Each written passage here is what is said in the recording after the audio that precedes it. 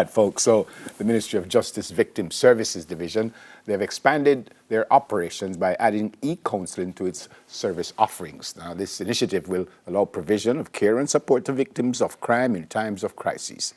Join us this morning to share the details is the Ministry of Justice's Director of Victim Services Division, Reverend Osborne Bailey. Sir Rev, morning, sir. Welcome to Smile Jamaica.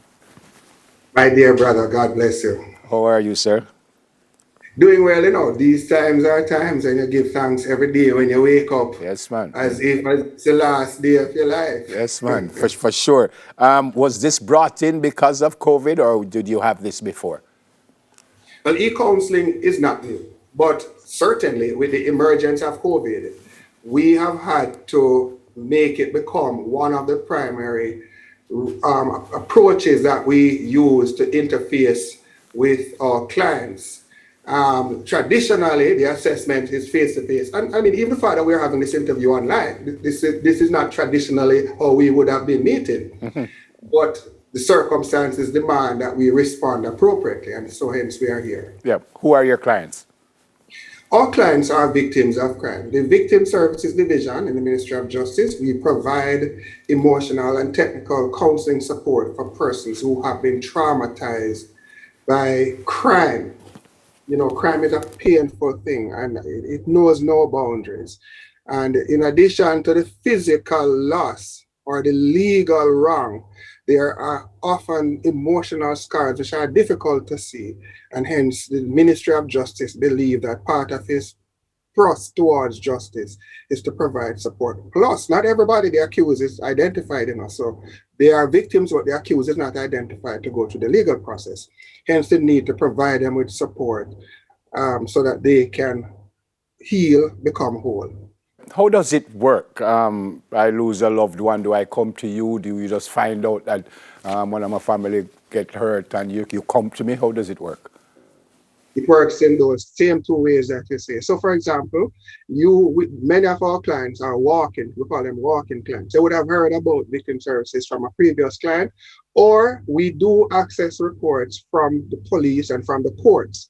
And through these mechanisms, and schools, when schools are up and running, and churches and everybody, they would provide us with the information. And of course, many times our initial contact would have actually been by telephone in some of the instances. So approach is not entirely new.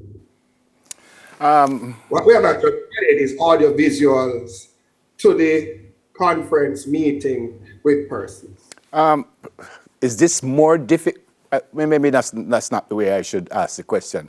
Obviously, you would prefer face-to-face, as you said at the top. So how difficult is this, if at all difficult, to deal with me as you are dealing with me now, were you to try and help me?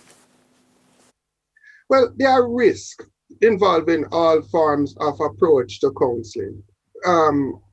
But certainly face-to-face is better.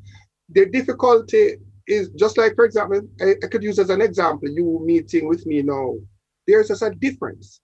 And yes, the VSD offers counseling by doing several things. The range of assessment includes assessing people's emotional impact of the crime, their moods, their thought processes, their attitude, their speech, motor activity, and their appearance. Most of those can be assessed quite efficiently doing online. So yes, I find that some challenge, but nothing that is so critical that it compromises the efficiency of victim counseling. Yeah. It is unfortunate, Rev, that I even have to ask this question, but I don't know if you were listening to us before that we were suggesting that some people think that we are a dangerous country. We are full of crime and all kinds of stuff. But we do have a whole lot of crime. I suspect that you interact with a whole lot of people because of that. And that is the unfortunate reality. So, for example, the month of July that has just passed, we were able to interface with 1,417 clients, and that just 1 month. And that is not all the victims either. We were able to see face-to-face 399, so we're not ruling out face-to-face.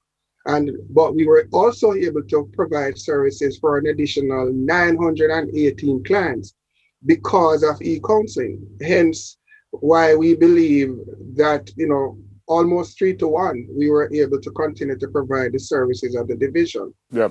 How long is the process? How long is the process? Do you just a one-off thing? Do I come to you every week? I come until you are comfortable that I'm okay? How long is the process?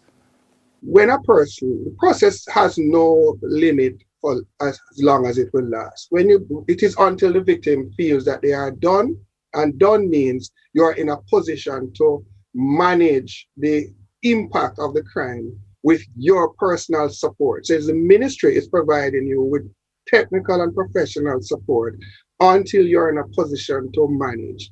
And we actually do what is called a client feedback um, mechanism, which allows for the client to tell us how they feel the services are helping them as they go along. We actually assess also their emotional recovery using our internal mechanisms, and it will chart for us how well, but nonetheless, they are the ones who terminate the services. And at the end of termination, they do what's called, as I say, client feedback. We have a 97% approval rating from the victims who we see. So we allow them to decide. And we have had clients who have actually come back. So they felt they were done.